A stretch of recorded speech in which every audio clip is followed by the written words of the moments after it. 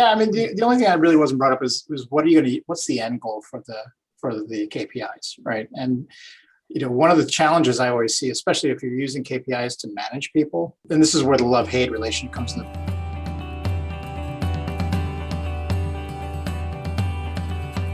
Like people will play to the KPI. No matter what you do, they will always play to the KPI. And a good example I have is, one of the things I would do is I'd walk the factory floor where we made our protein bars at Quest Nutrition. And whenever you start a new batch, there's a slabber that actually rolls the bars out before it gets guillotine cut and then roller cut.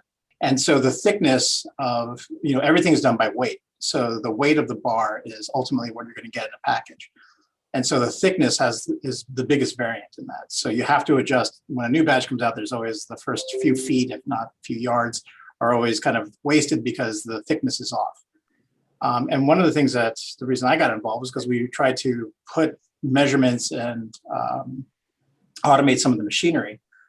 And so one day I went there and I noticed a couple of workers were constantly, like it was a new batch, and they were just constantly adjusting the machine, which I thought was what they should be doing. It turns out they weren't adjusting the slabber. They were adjusting the tolerance of what weight was going to be acceptable, because they were paid bonuses based on the amount of waste or the lack of waste per batch.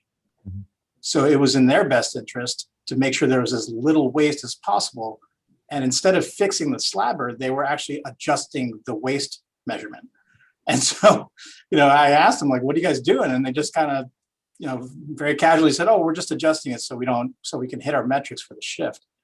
And, I just walked away going, wow, that's amazing. And it just goes to show, like, if you're not careful and you don't really kind of assess what those KPIs are in terms of what you're going to use them for, people are going to be left to their own druthers, and they're going to basically play to the KPIs. So,